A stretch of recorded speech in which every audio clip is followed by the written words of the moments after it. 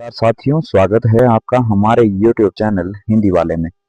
तो दोस्तों, UGC net से संबंधित जो आज हमारी कहानी है जिस पर हम चर्चा करेंगे वो है सिक्का बदल गया 1948, जिसकी की रचनाकार है आपकी कृष्णा सोबती।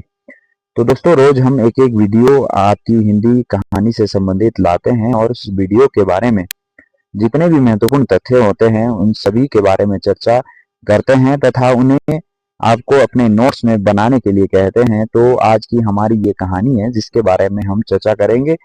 तो अगर आप पहली बार चैनल पे आए हैं तो वीडियो को लाइक, शेयर एवं सब्सक्राइब जरूर करें तथा अपने जो है दोस्तों के साथ इसे जरूर साझा करें ताकि उन्हें भी एग्जाम के दृष्टिकोण से महत्वपूर्ण जो तथ्य हैं वो पता चलें। तो चलिए, ज्यादा समय व्यतीत ना करते हुए वीडियो को शुरू करते हैं। तो सबसे पहले हम जो है हर आपकी वीडियो की भांति सबसे पहले जो आपके कहानीकार हैं उनके जीवन परिचय के बारे में बातचीत करते हैं। तो जो आज की हमारी कहानी है सिक्का बदल गया है, इसकी कहानीकार है आपकी कृष्णा सोबती। तो सबसे पहले इनके जीवन परिचय के बारे में बातचीत करते हैं। तो इनका जन्म 18 फरवरी 1925 को तथा मृत्यु 25 जनवरी 2018 को हुई। ये आपने ध्यान रखना है। कृष्णा सोबती का जन्म जो है 1925 को पंजाब के शहर गुजरात में हुआ था जो पाकिस्तान में है। विभाजन के बाद वे दिल्ली आकर बस गई और इन्होंने 50 के दशक से जो है आपका लेखन कार्य जो है प्रारंभ किया था। और इनकी जो पहली कहानी है लामा 1950 में प्रकाशित हुई थी। तो इनकी जो पहली कहानी है लामा 1950 में प्रकाशित हुई थी। चलिए आगे बढ़ते हैं। अब कृष्णा सोबती जी ने स्वयं इस कहानी के विषय में क्या कहा है वो हम यहाँ बातचीत करते हैं कि कृष्णा सोबती ने जो ये कहानी है सिक्का बदल गया, इसके बारे में स्वयं क्या कहा है। तो इन्होंने कहा है कि विभाजन जैसी ऐतिहासिक घटनाएं जो संघर्ष के बाद किसी एक देश के विभाजन और नए देश के जन्म का कारण बनी हो, उनके राजनीतिक और सामाजिक विश्लेषण के बिना ही एक तरफा दोषारोपण करना भोलापन ही होगा। यह कहना कि यह दल अथवा वह दल, समुदाय, जाति, संप्रदाय ऐसा करने का गुनहगार है। हिंसा, नरसंहार, आगजनी, मारकाट और राजनीतिक महत्वाकांक्षाओं में से लुप्त होते हुए सिर्फ एक समुदाय विशेष को अपराधी करार देना ना राजनीतिक विश्लेषण होगा और ना ही साहित्यिक अथवा ऐतिहासिक। विभाजन ऐसे ऐतिहासिक विघटन की मानवीय स्मृति है जिसे भूलना नामुमकिन है और याद रखना खतरनाक। लिखते हुए मेरे मन की मनस्थिति भी किसी किसी भी हालात में अंदर और बाहर दोनों को भरसक समेट कर लिखने की होती है। लेखक के रूप में मैं रचना पर अपना एक छत्र अधिकार नहीं मानती। लेखक चाहे जैसे उससे खेले, पात्रों के खेल को अपनी मन चाही दिशा में मोड़े, यह वीटो तो मैंने कभी इस्तेमाल नहीं किया कि लिखते वक्त लेखक का ध्यान अपनी और पात्रों पर उभरते पाठ पर केंद्रित होता है।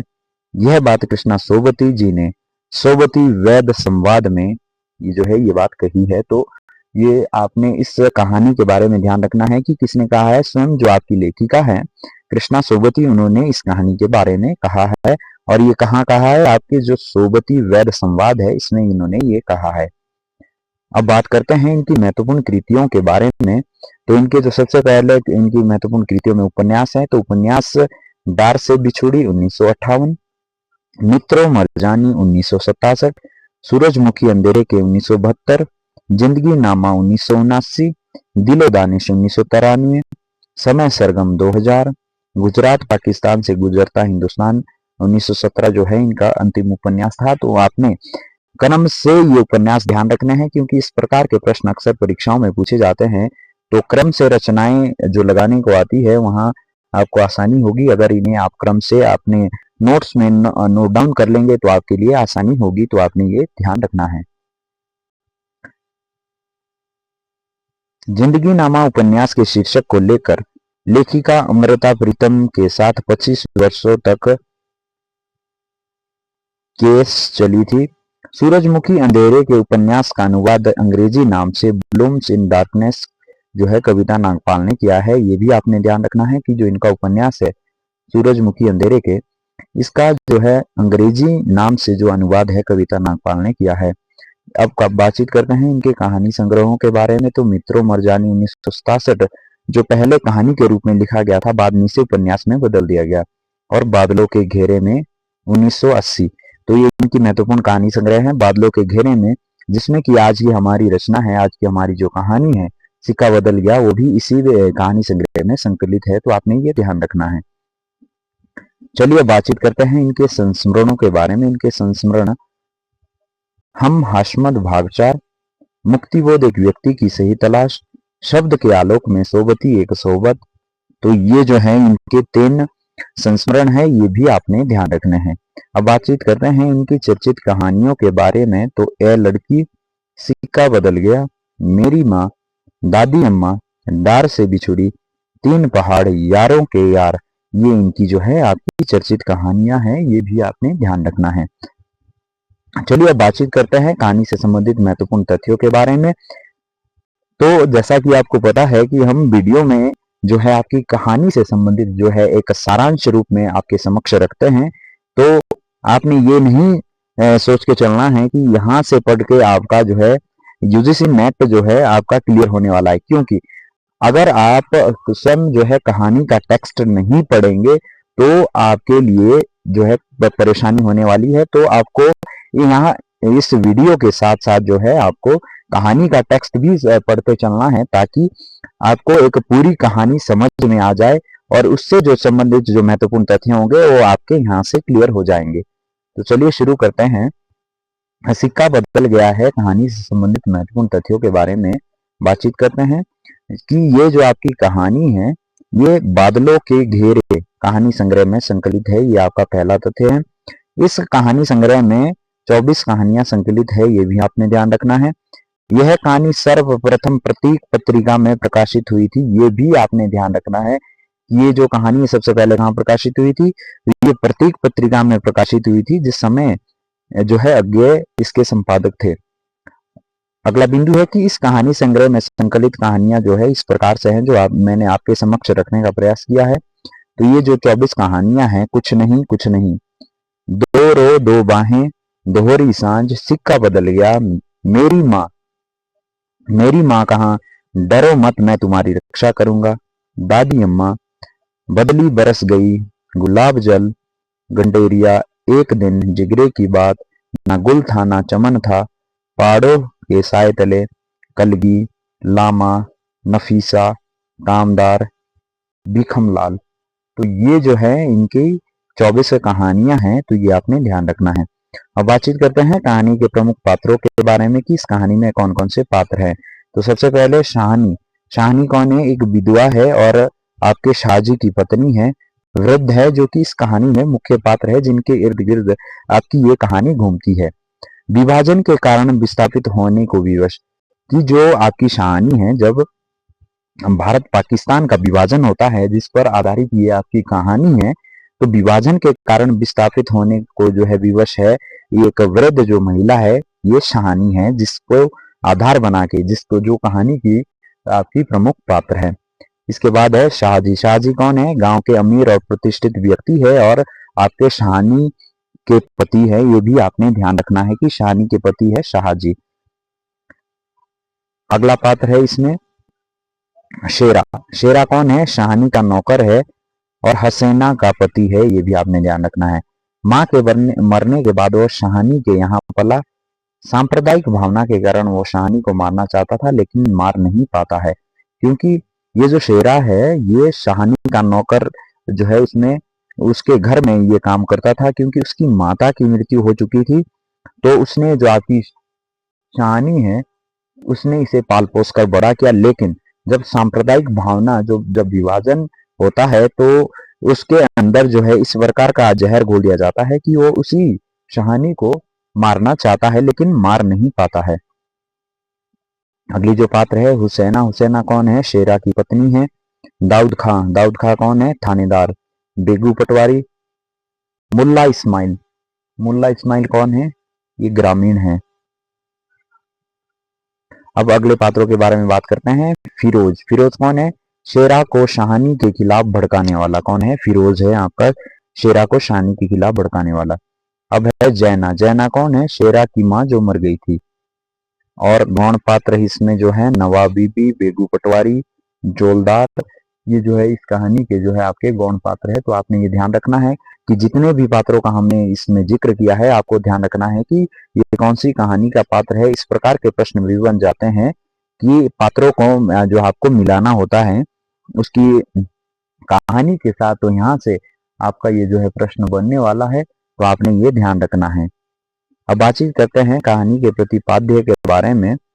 तो ये जो कहानी है सन 1948 ईस्वी में ये कहानी प्रतीक पत्रिका में प्रकाशित हुई थी, जिसके संपादक अज्ञेय थे। तो देश के विभाजन पर आधारित यह कहानी ग्रामवासियों में हुए बदलाव और शहानी की दयनीय दशा का जो है यथार्थ चित्रण इस कहानी में आपका किया गया है। यह मनोविश्लेषणात्मक कहानी है।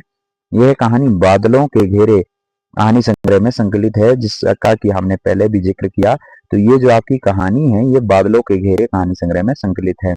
सिक्का बदल गया कहानी एक विधवा नारी की पराधीनता, विवशता एवं समय के बदल जाने पर लोगों में होने वाले परिवर्तन का वर्णन है। प्रस्तुत कहानी देश के विभाजन की पृष्ठभूमि पर लिखी गई है। सत्ता परिवर्तन मानव को नहीं देखता है तो केवल सिक्के को।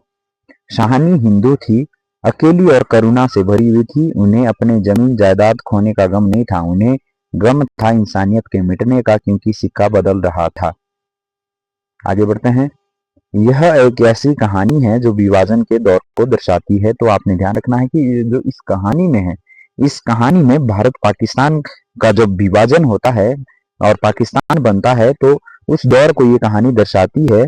इसमें जो एक शाहानी नाम की जो आपकी पात्र है, जहां शाहानी शादी के बाद आई थी, उसे अब उस जगह को छोड़कर जाना पड़ रहा है। कोई भी उसकी मदद नहीं करता है, यहाँ तक कि वह शेरा, कहानी में जो एक शेरा नामक पात्र है, वह शेरा भी, जिसे उसने अपने बच्चे की तरह पाला था। सबका जो ध्यान है, जो इस कहानी में पात्र है, वो शाहानी की संपत्ति पर है। शाहानी चेनाब नदी नहाकर घर जाती है, वहां उसे मारने के लिए लोग बैठे होते हैं। सभी चाहते हैं कि शाहानी ये घर छोड़ दे। तो इस कहानी में एक शाहानी नाम की जो है महिला के बारे में जो है वर्णन किया गया है। विस्थापन के बारे में बात की गई है कि जब भारत पाकिस्तान बनता है, तो जो लोग हैं वो चाहते हैं कि शाहानी ये घर छोड़ दे और उसकी संपत्ति पर वो है कब्जा कर ले। महत्वपूर्ण तथ्यों के बारे में बातचीत करते हैं कि भारत पाक के विभाजन के कारण होने वाले विस्थापन के दर्द की ये जो है आपकी कहानी है। और इस कहानी में अविभाजित कश्मीर के चिनाब के तट स्थित जबलपुर में जो है इस कहानी को जो है जबलपुर जगह की ये कहानी है। तो आपने ये भी ध्यान रखना है कि इसमें किसका वर्णन आया है। सबसे पहले आपकी चिनाब नदी का वर्णन आया है, और चिनाब नदी के तट पर स्थित जबलपुर शहर का जो है वर्णन इस कहानी में आया है। ये आपने ध्यान रखना है। देश विभाजन की पृष्ठभूमि पर आधारित ये जो है आपकी कहानी है। स्नान करते समय शाहानी श्री राम कहती थी, ये भी आपने ध्यान रखना है। बाजरे के खेतों का उल्लेख इस कहानी में किया गया है। जो शेरा नामक पात्र है 30-40 कत्ल कर चुका था, ये भी आपने ध्यान रखना है। शाहानी ने मस्जिद बनाने के क्रम में 300 रुपए दिए थे। मस्जिद का मतलब है मस्जिद। मस्जिद बनाने के क्रम में उन्होंने कितने रुपए दिए थे? 300 रुपए इन्होंने दिए थे। ये भी आपने जो है ध्यान रखना है। तो इससे संबंधित ये महत्वपूर्ण तथ्य थे। अब बात करते हैं कहानी के प्रमुख कथनों के बारे में जो पात्रों ने कहे हैं। तो सबसे पहले शेरा क्या कहता है? आज शाहानी क्या, कोई भी कुछ नहीं कर सकता, यह होके रहेगा, क्यों ना हो। हमारे ही भाई बंदों से सूद ले लेकर शाहजी सोने की बोरियां जो है तोला करते थे। तो ये किसने कहा है? आपका शेरा का ये कथन है। अगला कथन, आखिर शाहानी ने क्या बिगाड़ा है हमारा? शाहजी की बात शाहजी के साथ गई, वो शाहानी को जरूर बचाएगा, लेकिन कल रात वाला मशवरा वो कैसे मान गया फिरोज की बात? तो ये किसने कहा है? ये भी आपका शेरा का कथन है, वो ये सोचता है। अगला कथन नवाब बीबी का है। शाहानी आज तक कभी ऐसा ना हुआ, ना कभी सुना, गजब हो गया, अंधेर पड़ गया। तो ये जो आपका कथन है किसका है? नवाब बीबी का है, ये आपने ध्यान रखना है। अगला कथन जो है आपका बेगू का है। बेगू क्या कहता है? शाहानी रब नु यही मंजूर सी। तो ये जो कथन है आपका ये बेगू का है। अगला कथन भी बेगू का है। क्या गुजर रही है शाहानी पर, मगर क्या हो सकता है, सिक्का बदल गया है। तो ये आपका बेगू का कथन है, ये आपने ध्यान रखना है। अगला कथन आपका शाहानी का है। दाऊद खां, इससे अच्छा वक्त देखने के लिए क्या मैं जिंदा रहूंगी? ये आपकी शाहानी का कथन है। इस्माइल का कथन जो आपका अगला है कि शाहानी कुछ तो कह जाओ, तुम्हारे मुंह से निकली असीस झूठ नहीं हो सकती, ये आपका इस्माइल का कथन है।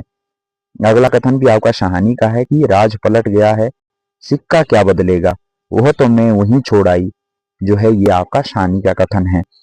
तो इस वीडियो में हमने बातचीत की जो आपके कहानी के महत्वपूर्ण कथन थे जो पात्रों के द्वारा कहे गए थे, कहानी से संबंधित महत्वपूर्ण तथ्यों के बारे में हमने बातचीत की, कहानी का सारांश हमने आपके समक्ष रखा, इस कहानी से संबंधित महत्वपूर्ण पात्रों के बारे में बातचीत की तथा इस का जो आपकी कहानीकार है कृष्णा सोबती, उनकी रचनाओं के बारे में बातचीत की। तो आज की वीडियो के लिए बस इतना ही। अगर आपको ये वीडियो महत्वपूर्ण लगी है, परीक्षा के दृष्टिकोण से आपको वीडियो अच्छी लगी है, तो आप इसे लाइक शेयर और सब्सक्राइब जरूर करें तथा एक जो है प्यारा सा कमेंट जरूर करें, ताकि मुझे भी ऐसी वीडियो बनाने के लिए मोटिवेशन मिलता रहे। तो आज के लिए बस इतना ही। Please like share and subscribe this YouTube channel Hindi वाले। धन्यवाद।